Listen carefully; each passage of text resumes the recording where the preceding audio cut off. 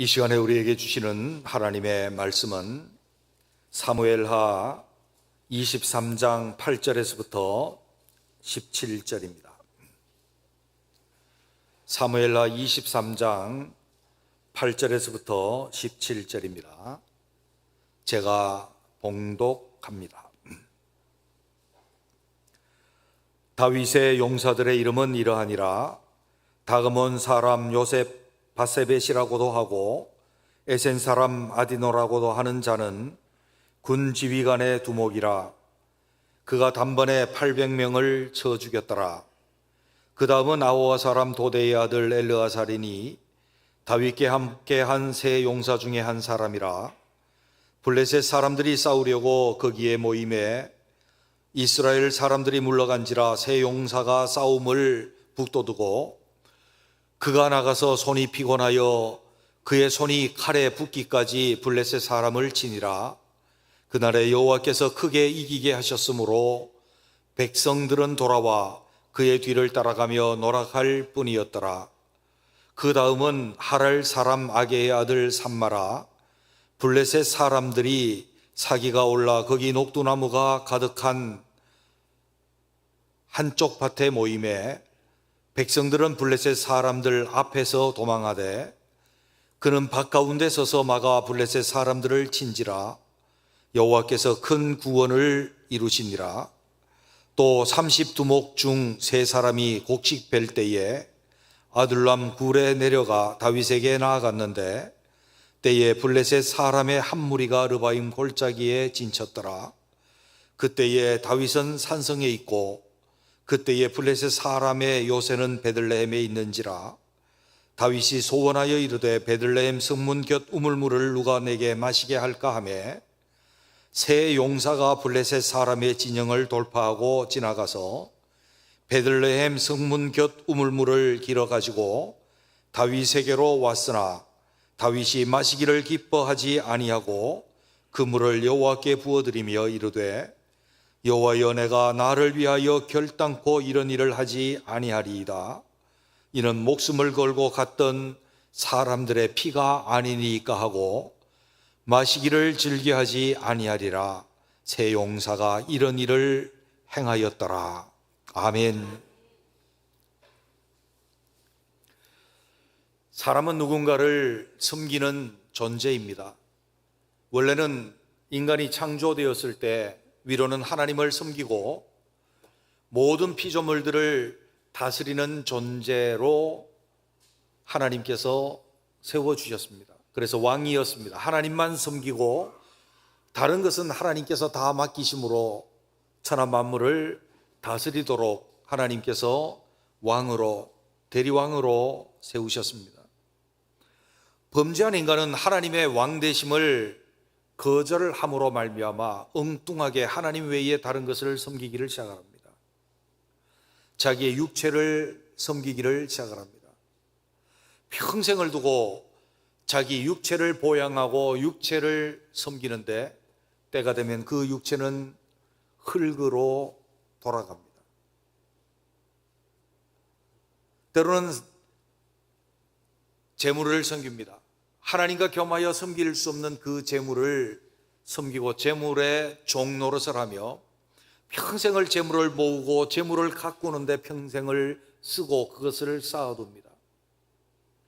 그런데 하나님이 영혼을 부르실 때에 그 쌓은 것이 누구의 것이 되겠습니까?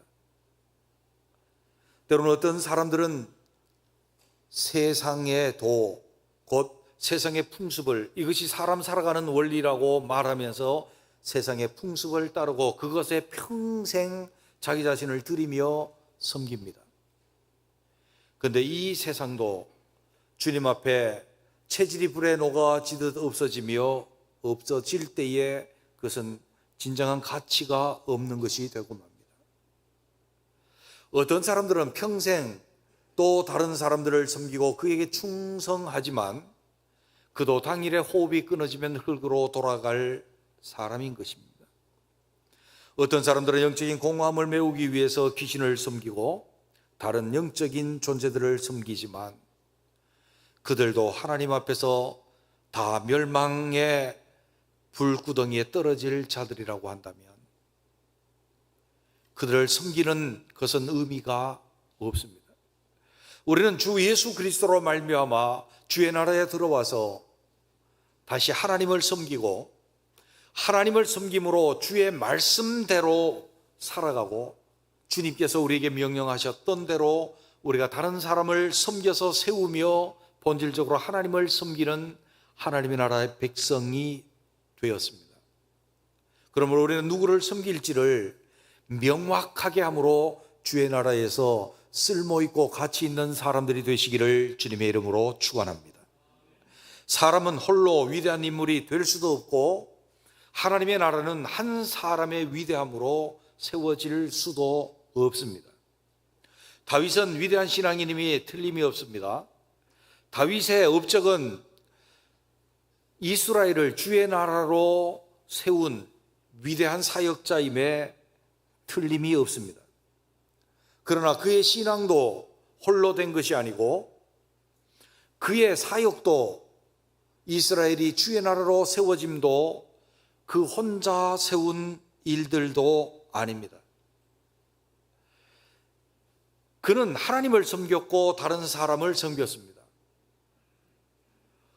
다른 사람도 그를 섬겨 세웠고 서로 섬겨 세움으로 위대한 신앙인으로 성장하였고 위대한 하나님의 사역자가 되어서 주의 나라를 일구어 내었습니다.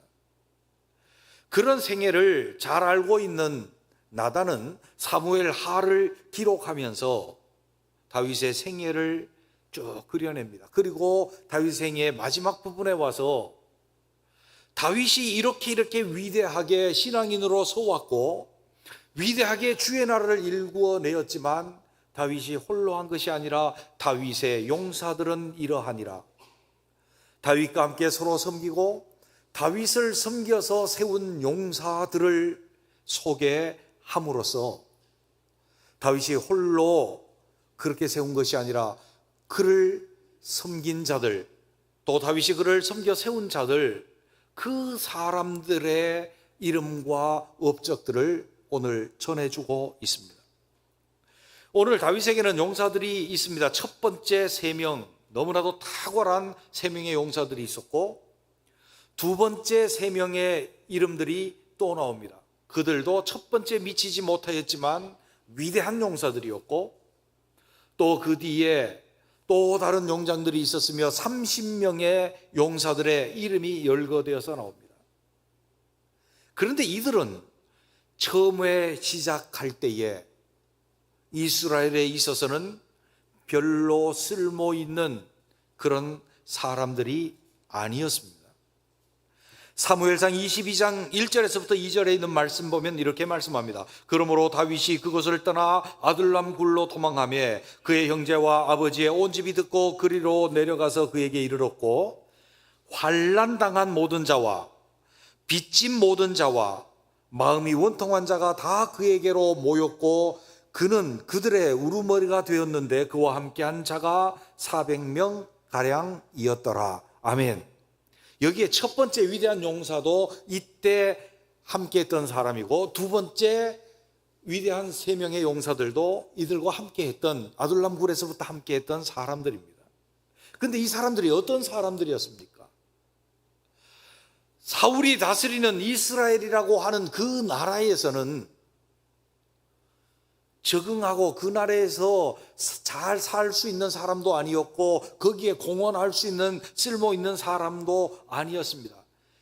환난 당해서 도저히 그 나라에 살 수 없는 사람들, 그래서 그 사회 공동체를 떠나서 광야로 나올 수밖에 없는 사람들이 다윗이 아둘람 굴에 숨어 있을 때 그에게로 나왔고 또 빚진 자들, 빚져서 도저히 채무 상환할 수 없어서 율법에 따르면 남의 종이 되고 노예가 될 수밖에 없었던 그들이 도망하여서 아둘람 굴의 다윗에게로 합류하였고 또 너무나도 억울한 일을 당한 사람, 압제당하고 뺏기고 억울한데 하소연할 데도 없는 그 사람들이 광야로 나와서 다윗에게 합류하였습니다.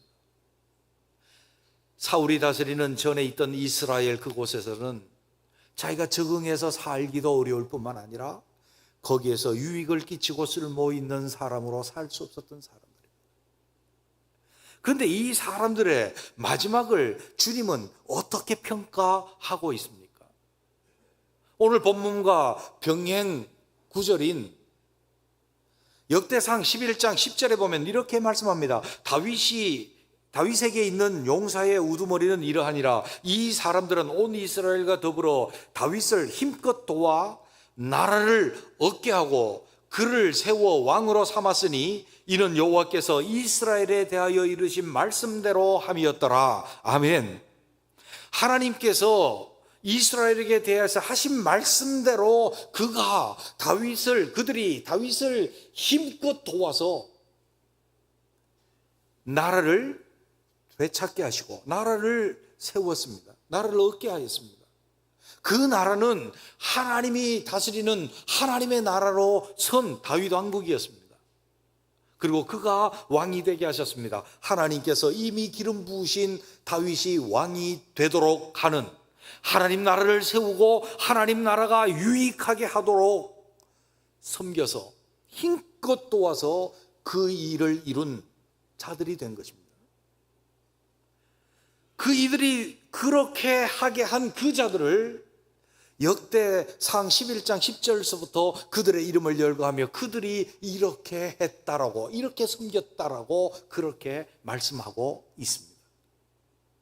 우리도 한평생을 살아가면서 우리가 어차피 누군가를 섬기고 무엇인가를 섬기며 살아야 될진데 하나님을 섬기고 하나님이 원하시는 대로 하나님 나라에서 다른 사람들을 세워서 하나님 나라에 쓸모있고 유익한 자들, 가치 있는 자들로 평가받을 수 있는 우리 모두가 되시기를 주의 이름으로 축원합니다. 그렇게 되기 위해서 우리는 오늘 이 용사들, 첫 번째 세 용사들과 두 번째 세 용사들이 어떻게 하였는지, 어떻게 섬겨 세움으로 주의 나라를 세우는데 이렇게 다른 사람이 없을 정도로 다윗의 용사들로 기록이 되었는지 그것을 살펴보면서 우리도 그런 마음, 그런 태도, 그런 품성, 그런 믿음으로 주의 나라에서 쓸모 있는 사람들 되시기를 다시 한번 주의 이름으로 축원합니다. 할렐루야. 먼저 이들은 주의 나라에 대한 열정이 있어 다른 사람 앞장서서 세우는 사람이었다라고 하는 것입니다. 오늘 8절에서부터 10절에 나타난 사람 보면 세 사람에 관한 첫 번째 가장 뛰어난 세 용사들에 관한 말씀이 나옵니다. 첫 번째 사람은 요셉 바세밧이라고도 불리고 바세벳이라고도 불리고 아디노라고 불리는 사람인데 모든 이 우두머리들의 우두머리 된 사람입니다. 이 사람을 뭐라고 말합니까? 그가 단번에 800명을 쳐 죽였다라고 그렇게 말씀하고 있고, 두 번째는 도대의 아들 엘르아살인데 블레셋과 싸울 때 이스라엘 사람들이 다 도망하고 꼬리를 뺄 때에 세 사람이 싸움을 북돋우고 이 엘르아살이 힘써서 블레셋 사람들을 치되 얼마나 열심히 전쟁을 하였는지 손이 피곤하고 손이 부르트고 손이 상해서 칼이 손에 붙을 정도로 그들을 쳐서 하나님께서 그 가운데서 승리의 역사를 주심으로 말미암아 그가 승리하였고 백성들은 따라가면서 전리품을 취하였다라고 그렇게 말씀을 합니다. 세 번째 사람은 악의 아들 삼마입니다. 녹두나무 밭, 곡물이겠죠. 그 밭에서 백성들은 도망하되 그가 막아서 백성들을 보호하고 막아서 그를 침으로 말미암아 하나님의 구원의 역사가 그들에게 임하였다라고 그렇게 말씀합니다. 그들은 대단한 용사, 힘이 세고 전투를 잘하는 사람, 그런 이미지이지만 좀 자세히 들여다볼 필요가 있습니다. 성경은 그가 골리앗처럼 큰 힘을 가져서 누구도 당할 수 없는 사람이라고 말하지 않습니다. 이 아디노는 800명을 쳐 죽였는데 그가 그렇게 큰 용맹하고 용기가 있고 힘이 센 사람이라고 성경은 전해주지 않아요. 근데 그가 800명을 쳤어요. 물론 힘이 있었겠고 전투를 잘하는 우두머리였겠죠. 근데 어떻게 800명? 1대 800 한번 해보실까요? 힘세면 우리 교회에서 힘 센 사람이 누굽니까? 800명하고 한번 해보시겠습니까? 저는 초등학생들보다 힘이 셉니다. 초등학생 800명하고 한번 해보라 그러면 저는 절대 안 합니다. 못합니다. 근데 어떻게 이 사람이, 요셉 바세바시라고 하는 이 사람이, 물론 역대에서는 조금 모음 자음에 헷갈림이 있어서 읽는 방식에 따라서 조금 다른 이름으로 불리지만 같은 사람이에요. 이 사람이 어떻게 800명을 죽이고 300명을 죽이고 그럴 수 있습니까? 아니면 어떻게 엘르아살이, 백성들은 다 무서워서 도망하는데 혼자서 나가서 그렇게 막을 수 있을까? 여러분, 그런 용기가 있을 수 있습니까? 육체의 용기로 그게 가능합니까?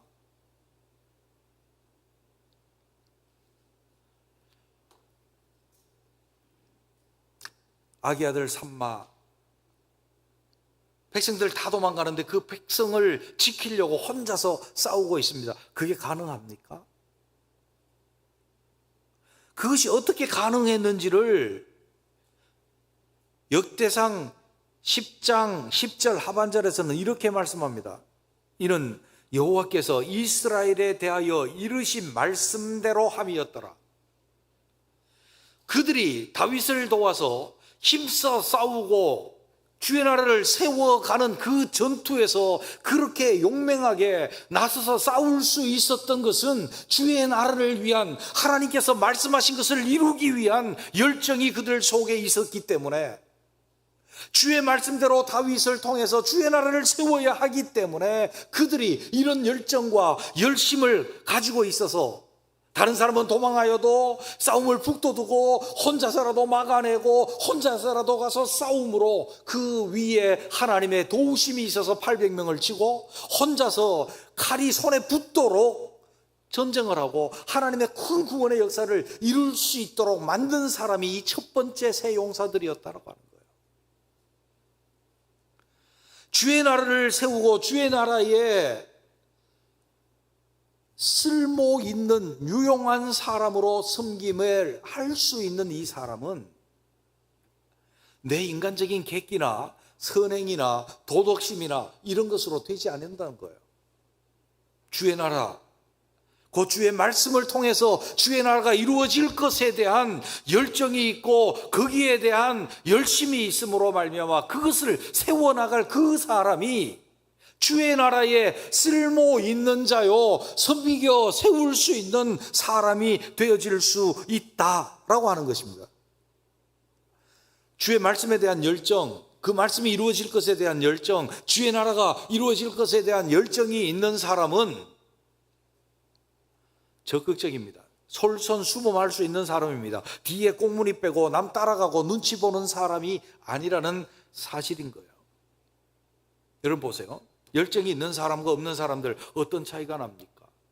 민수기 13장과 14장에 나타나는 말씀을 보게 되면 가데스 바네아에서 12명의 정탐꾼들이 돌아와서 보고하는 장면이 나타납니다. 12명이 본 것은 똑같습니다. 그것은 젖과 꿀이 흐르는 땅이었습니다. 두 사람이 포도 한 송이를 장대에 꿰어서 메고 올 정도로 풍성함이 있던 곳입니다. 그리고 그곳에는 장대한 사람들, 그리고 성벽은 튼튼하고 장대한 사람들이 있었습니다. 이게 객관적인 사실입니다. 그런데 돌아와서 하는 보고는 다릅니다. 민수기 13장 30절에서 31절 보면 두 가지로 갈라집니다. 갈렙이 모세 앞에서 백성을 조용히 하게 하고 이르되 우리가 곧 올라가서 그 땅을 취하자 능히 이기리라. 10명의 정탐꾼들이 부정적인 보고를 합니다. 우리 올라가서 능히 이길 수 없다. 그 사람들 장대한 안악자손들이다. 우리가 보기에도 그들 앞에서 우리는 메뚜기 같다. 그들이 손바닥으로 치면 죽어요. 우리는 올라갈 수 없어요 라고 보고를 하고, 갈렙은 올라가서 치자. 우리가 능히 이길 수 있다. 다른 10명들이 겁박을 하죠. 함께 올라갔던 사람들은 이르되 우리는 능히 올라가서 그 백성들을 치지 못하리라. 그들은 우리보다 강하니라. 그래서 난리가 나버린 겁니다. 온 군중들에게, 온 회중들에게 밤새도록 울음이 있는 거예요. 그때에 민수기 14장 6절에서부터 보면 그 땅을 정탐한 자 중 눈의 아들 여호수아와 여분네 아들 갈렙이 자기들의 옷을 찢고, 이 통곡할 일이에요. 기가 막힌 일이에요. 옷을 찢고 온 회중에게 말하되 우리가 두루다니며 정탐한 땅은 심히 아름다운 땅이라 여호와께서 우리를 기뻐하시면 우리를 그 땅으로 들이시고 그 땅을 우리에게 주시리라. 이는 과연 젖과 꿀이 흐르는 땅이니라. 우리가 올라가서 치자. 다만 여호와를 거역하지 말라. 그 백성들을 두려워하지 말라. 그들은 우리의 먹이라. 그들의 보호자는 그들에게서 떠났고 여호와는 우리와 함께 계시느니라. 할렐루야. 주의 나라를 향한 열정의 눈을 가지고 보니 그 땅은 심히 아름다운 땅이고 그 강한 가나안 사람들도 우리의 먹이로 보이는 거예요. 하나님 나라 열정이 없으면 자기 육신으로 눈으로 보면 그들 앞에 자기가 메뚜기로 보이는 거예요. 올라가서 칠 수 없는 거예요. 그 땅을 악한 소리 하는 거예요. 그 땅은 거민을 삼키는 땅이요, 그 땅의 주민은 기골이 장대한 안악 자손들이다. 우리는 못 이긴다. 가지 말자. 그냥 가자. 가만히 있자. 그럴 수밖에 없는 거죠. 주의 나라에 열정이 있는 사람은 보이는 것이 달라집니다. 보는 게 달라져요.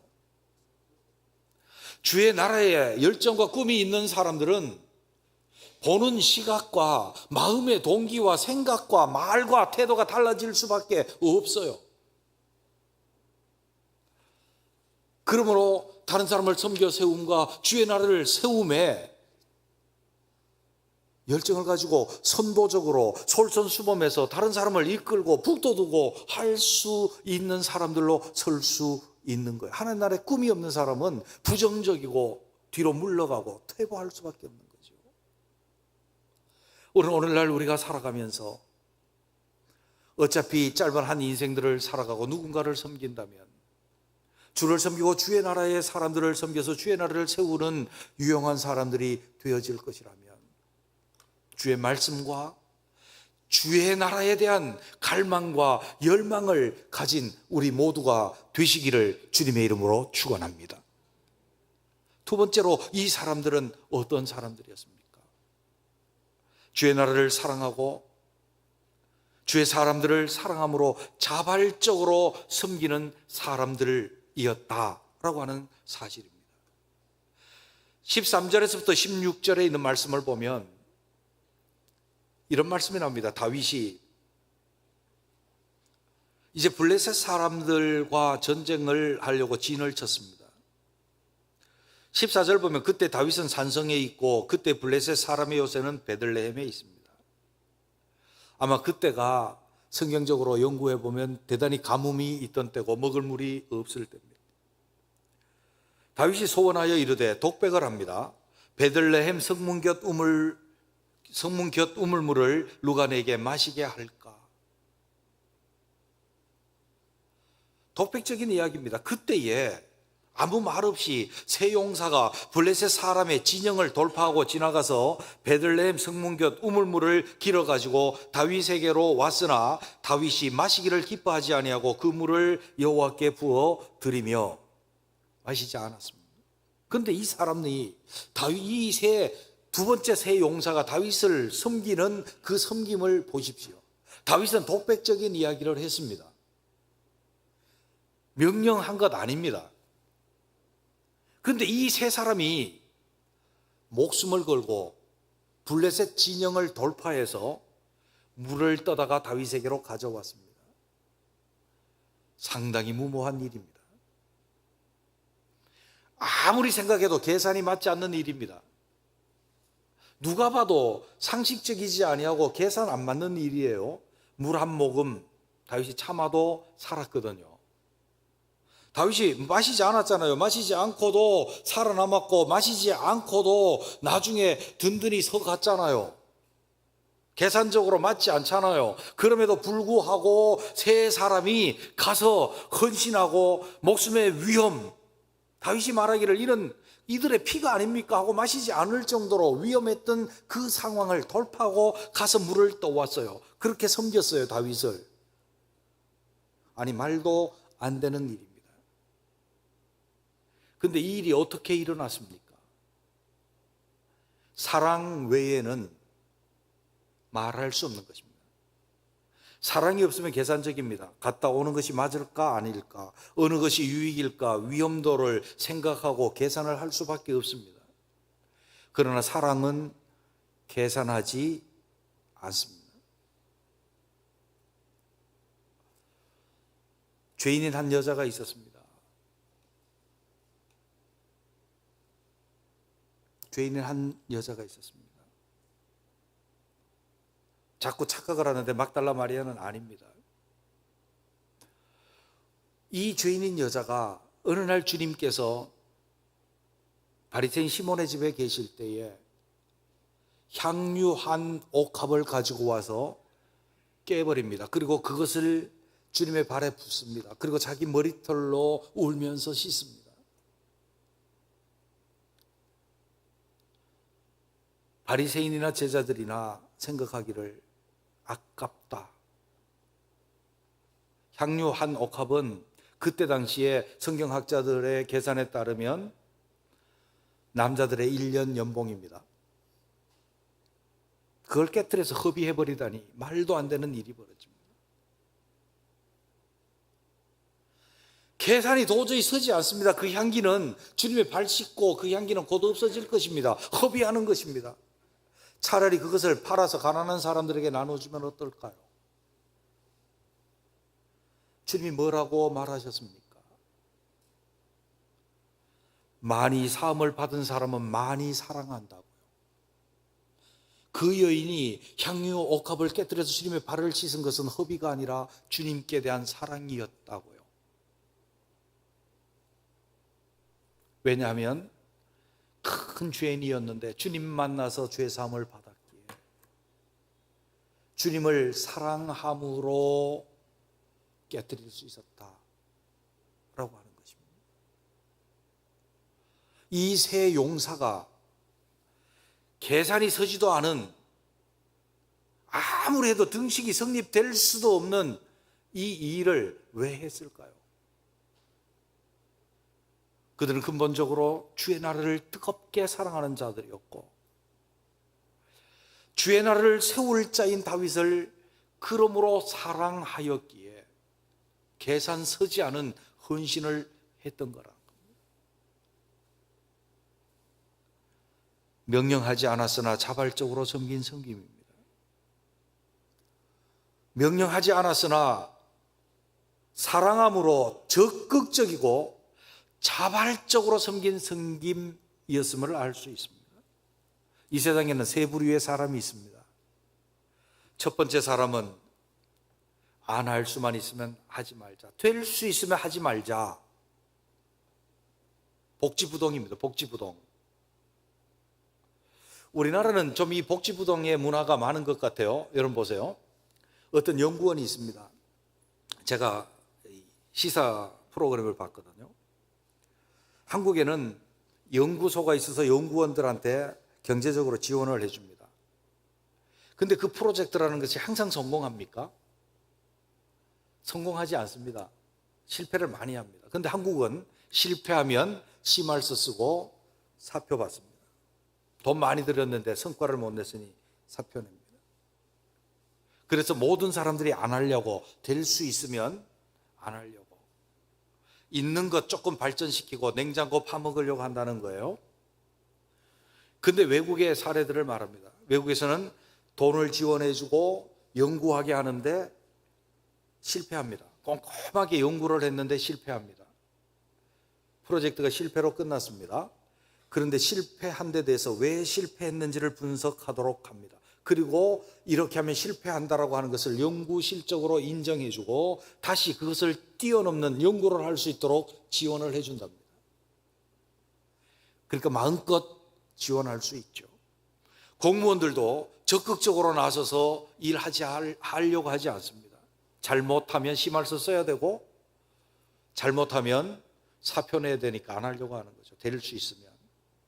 그래서 우리나라 풍토 중에 될 수 있으면 안 하자, 그런 사람들을 부류도 많답니다.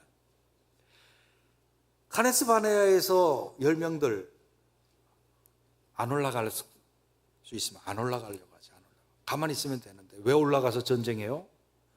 왜 올라가서 그 거대한 사람들과 싸워서 죽을 가능성이 있는데 왜 올라가요? 두 번째 사람들은 꼭 해야 되면 하자, 안 할 수 있으면 안 하자. 눈치 보는 사람들이죠. 눈치 보는 사람들이에요. 소극적이에요. 어쩔 수 없으면 하고 뭐 그렇게 가는 거지. 꼭 내가 앞장서서 해야 되냐? 눈치 봐가지고 그냥 상황 따라서 가지. 문제 생기에 수습된다는 거지. 제가 코로나 오기 전에 운동을 좀 해볼까. 저도 운동 잘 못해요. 어쩌다가 한 번씩 가니까 어쩌다가 오랜만에 오셨습니다 그러는 사람들이 있어요. 거기 가면. 근데 가면 그때 당시, 지금은 안 그런데 그때는요 사람들도 많지 않았는데 가면 다들 이렇게 몸이 불편해갖고 균형도 못 잡는 분들이 많이 와요. 풍이 와서. 그래서 교회 와서 이제 연세 높은 장로님한테 그렇습니다 그랬더니 장로님이 그렇게 말씀해요. 니나나나 진작하면 얼마나 좋아. 꼭 쓰러져야 한다고 그러시더라고. 우리가 다 눈치 봐가면서 뭐 지금 뭐 꼭 그럴까? 적극적으로 운동하면 참 좋을 텐데 저도 그렇지만 문제 생겨야 해. 그냥 될 수 있으면 안 하려고 그러지. 세 번째 부류의 사람은 어떤 사람인가 하면 어떻게든지 해보자. 적극적이에요. 우리나라 어느 부대에 있는 일, 그런 구호가 있더라고요. 안 되면 되게 하자. 적극적으로 하려고 하는 거예요. 갈렙과 여호수아 적극적으로 하려고 했잖아요. 하나님께서 도우시면 되니까 해보자. 하나님 나라에서 쓸모 있는 사람들은요 적극적으로 하되 그 속에 주님의 사랑이 분바되고 그 사랑의 영향력 속에 주의 나라를 사랑하고 주의 사람들을 사랑하고 내가 세울 사람들을 사랑함으로 적극적으로 섬기고 적극적으로 섬길 수 있는 사람들, 세울 수 있는 사람들이었다는 거예요. 우리도 한평생 살아가면서 주님의 사랑이 우리에게 있어서 주의 나라와 주님의 몸인 교회와 그 안에 있는 다른 사람들 적극적으로 사랑함으로 섬겨 세울 수 있는 주의 나라에 유용한 쓸모있는 사람들 되시기를 주님의 이름으로 축원합니다. 마지막으로 보면 다른 사람들을 섬겨 세우는 가치를 아는 사람들이었습니다. 13절에서 16절의 두 번째 세 용사 이야기를 계속하려고 합니다. 그들이 이제 목숨을 걸고 블레셋 진영을 돌파해서 물을 떠왔습니다. 다윗이 먹었습니까? 먹지 않았습니까? 마시지 않았습니다. 이것은 목숨을 걸고 떠온 이 사람들의 피가 아니냐? 여호와 앞에 부어드렸습니다. 어디다 부어드렸는지는 잘 몰라요. 그것은 땅으로 흘러서 없어져 버렸습니다. 다윗에게 전혀 유용하지 않았습니다. 무의로 끝났고 허삽니까? 그들의 피를 목숨을 걸고 떠온 그 물이 아무 쪽에 쓸모없이 끝나버린 것입니까? 우리는 여기에서 답을 찾을 수 있어야 합니다. 끝나버린 것이 아닙니다. 이 바보같이 목숨 걸고 또 왔는데 그 물을 부어버렸으니 정말 바보 같은 짓 아닙니까? 아무것도 없어진 일 아닙니까? 근데 그게 아니에요. 다윗의 태도를 보십시오. 이르되 여호와여 내가 나를 위하여 결단코 이런 일을 하지 아니하리이다. 이는 목숨을 걸고 갔던 사람들의 피가 아니니까 하고 마시기를 즐겨 하지 아니하니라. 세 용사가 이런 일을 행하였더라. 하나님, 내가 다른 사람 섬김을 받아서 다른 사람 위태롭게 하는 이런 일을 하지 않겠습니다. 이 물은 물이 아니요 내가 마실 물이 아니요 이 사람들의 생명값인 피입니다. 다윗의 마음이 보이는 거예요. 이 세 사람들을 얼마나 사랑했는지, 얼마나 목말랐던 그가 마시지 아니하고 부어드리고 이 사람들의 피입니다. 나 이런 짓 하지 않을 겁니다. 이 세 사람과 다윗은 한 생명이 되는 거예요. 하나가 되는 거예요. 이것을 본 다른 용사들도 한 생명이요, 한 뜻이요, 한 마음이 되는 거예요. 그러므로 이들이 다윗을 힘써 도와서 그가 나라를 얻게 해서 주의 나라를 주의 말씀대로 이루고 그가 왕이 되어서 주의 말씀을 이루도록 그렇게 세워나갔다는 거예요. 그 가치를 아는 거예요. 이 사람들은 단순히 물 아니었다는 거예요. 다윗과의 관계였어요. 다윗도 이들이 떠온 물이 아니었어요. 그것은 물이 아니었어요. 이 사람들이 생명을 걸고 나를 섬겨 세워서 주의 나라를 세우겠다고 하는 그것을 알고 있는 거예요. 그래서 그들은 한마음 한뜻이 되었습니다. 이제는 생명을 나눈 신의가 있는 한 지체가 된 것이에요. 피를 나눈 동맹이 된 것이다. 이것이 진정한 주의 나라를 섬겨 세우는 위대한 일들로 이루어졌음을 성경은 우리에게 말씀해 주고 있다는 겁니다. 주의 나라에 섬겨 세우는 자들은요, 정말 이것의 가치가 무엇인지 그것을 아는 자들이에요. 그 가치를 알지 못하는 자들은 계산 두드리는 거예요. 그게 현명하냐, 그렇지 않느냐, 합리주의적이냐, 그렇지 않느냐 계산을 두드려요. 그것은 사회에서 얼마든지 할 수 있어요. 교회에서 주님의 나라의 공동체는 그 속에 있는 의미들, 그것 너머에 있는 하나님의 역사의 의미들, 그것을 읽을 줄 아는 자들의 섬김으로 말미암아 이루어지는 것이다. 우리는 이 세상을 살아가면서 어차피 주님의 나라 백성 되었고 주의 나라를 살다가 주님께로 갈 자들입니다. 그리고 주님은 우리에게 삶의 시간들을 주셨습니다. 우리는 누군가를 섬길 것입니다. 하나님을 섬깁니다. 하나님의 뜻대로 우리는 다른 사람을 섬겨 세우는 자들로 서야 될 것입니다. 우리는 하나님의 말씀과 하나님의 나라에 대한 열정이 있는 자들이요, 사랑함으로 다른 사람을 먼저 솔선수범해서 섬기고 세울 수 있는 사람, 그리고 희생할 수 있는 사람, 그 하는 일에 내면적인 가치를 알 수 있는 사람, 그 사람들이 되어서 주의 나라와 우리 일생이 정말 주님께 쓸모있고 유용하고 가치 있는 자로 평가될 수 있는 저와 여러분이 되시기를 주님의 이름으로 축원합니다. 기도드립니다.